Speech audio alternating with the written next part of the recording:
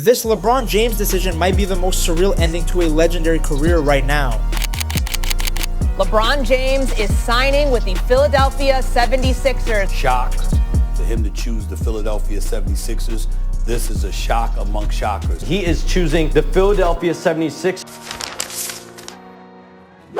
Let's start with the actual announcement, because this genuinely broke basketball Twitter in real time. LeBron James is a Philadelphia 76er. Let that sentence sit for a second, because a year ago, almost nobody on the planet would have believed you if you'd said it out loud. James announced it himself on social media, calling it his last decision, a genuinely stupid callback given his own history with that exact phrase, and confirming he'd seriously considered retirement before landing here instead. In his own words, he thought he'd played his last game already, and admitted he needed real time away from the sport to figure out whether he still loved it. He decided he did. A 2-year, $8 million contract with a player option in year 2, a genuinely tiny number for a player of his stature, officially finalized days later. At 41 years old, the NBA's all-time leading scorer is chasing one more championship, and he's doing it in Philadelphia, of all places. Let's talk about why this specific landing spot is genuinely wild once you actually sit with it. Philadelphia is coming off getting swept in the second round of the playoffs, and just weeks earlier had already pulled off one of the most shocking trades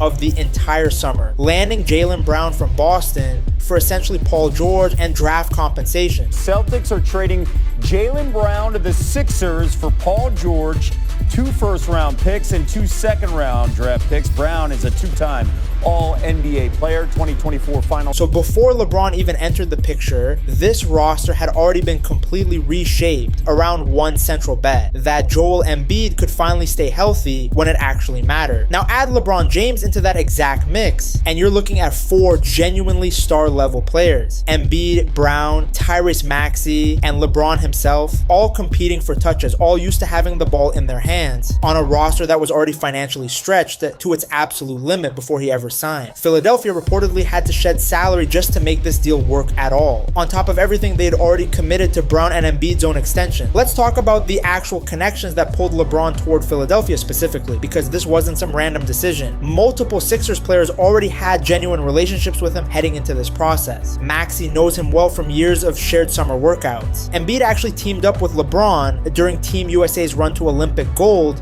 in 2024, so there's real recent chemistry there already. And Sixers president of basketball operations Mike Gansey has known LeBron since high school, having finished as the runner-up to him in Ohio's Mr. Basketball voting decades ago. ESPN reported that Maxey, Embiid, and Brown had all been in direct contact with LeBron in the weeks before he made his decision, quietly recruiting him behind the scenes. And the actual pitch itself was genuinely creative too, with Bob Myers, president of the ownership group that runs the Sixers, appearing as a guest on LeBron's agent's own podcast, specifically to make the case directly. LeBron's camp had framed his decision-making process around something they called basketball happiness, prioritizing genuine competitive fit over maximizing his final paycheck, and Philadelphia clearly leaned into that framing hard, selling him on a real shot at one more title rather than just another payday. Let's talk about who else was actually in the running, because LeBron genuinely had options here. Reports named Miami, Cleveland, Minnesota, and Golden State as other teams in serious contention for his services this summer. That's a genuinely fascinating list too, since Miami and Cleveland both carry massive personal history for him, 2 franchises he's already delivered championships to earlier in his career, and Golden State would have paired him with a genuinely elite offensive system already in place. He passed on all of it for Philadelphia instead, which tells you something about how seriously he's taking this specific shot at a title, and honestly, it's a genuinely stupid amount of restraint for a guy who could have coasted into a far more comfortable, lower pressure situation somewhere else entirely. Let's talk about the Bronny situation, because that's honestly one of the more emotionally complicated threads in this whole story. When LeBron eventually picked his next team, plenty of people assumed his son Bronny would simply follow him there. That now looks genuinely unlikely. While LeBron didn't take much money to sign in Philadelphia, the roster is already full and still needs to shed salary just to fit his own contract in, leaving little practical room to also bring Bronny along. On top of that, the Lakers are reportedly fond of Bronny and want to keep him around themselves. So for the first time in Bronny's young career,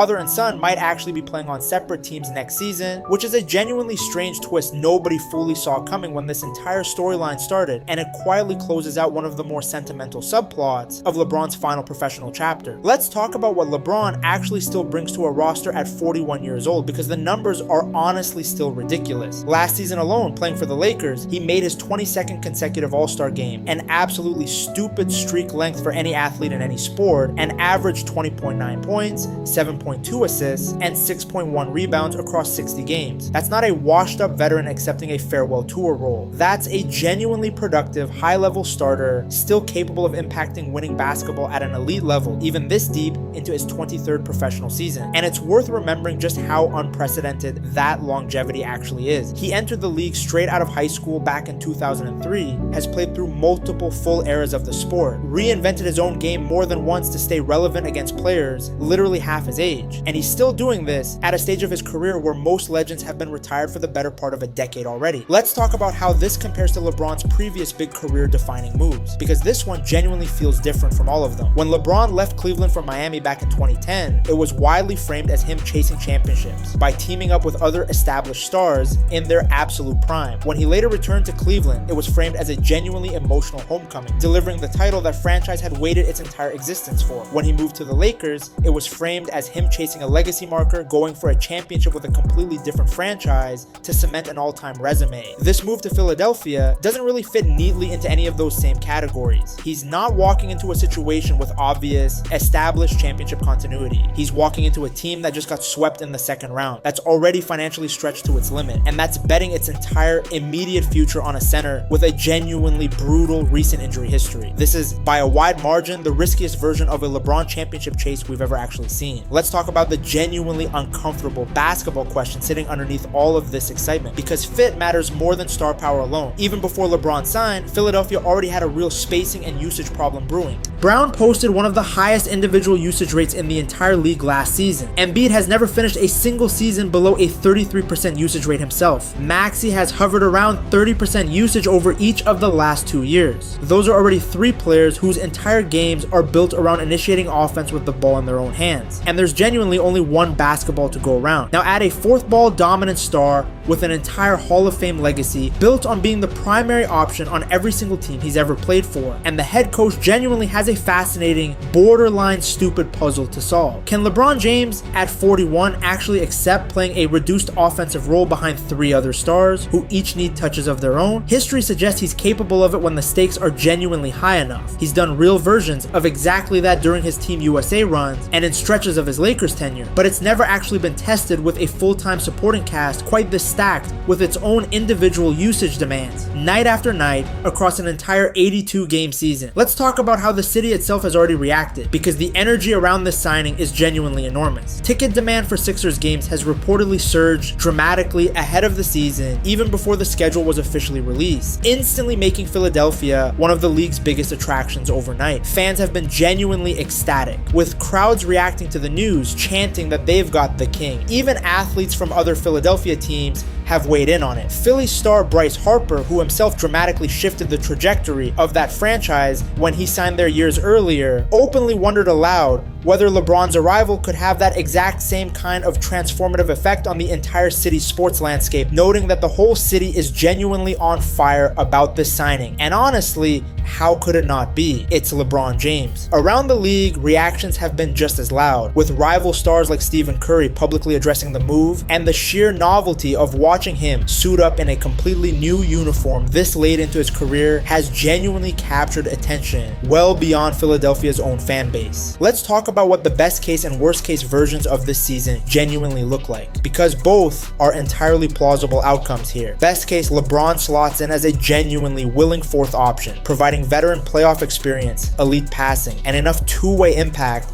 to push Philadelphia over the exact hump that stopped this franchise cold for over 2 decades now, a conference finals appearance that hasn't happened since 2001. In that version, his championship pedigree becomes exactly the glue this roster has been missing, someone who's already lived through every kind of high-pressure moment the sport can throw at a team and can talk his younger, less experienced teammates through it in real time. Worst case, You have 4 stars fighting over the same limited number of possessions, and Embiid injury at the worst possible moment, same as always, and a roster so financially stretched that there's genuinely no flexibility left to fix any of it mid-season if the fit simply doesn't work. In that version, this becomes one of the more expensive, star-studded disappointments the league has seen in years. 4 max-level resumes on paper, and a genuinely awkward, clunky product on the court. Either way, this is genuinely one of the boldest, strangest offseason bets any franchise has made in years, and the entire league is going to be watching Philadelphia extremely closely once the season actually tips off. If you liked watching this, you know what to do.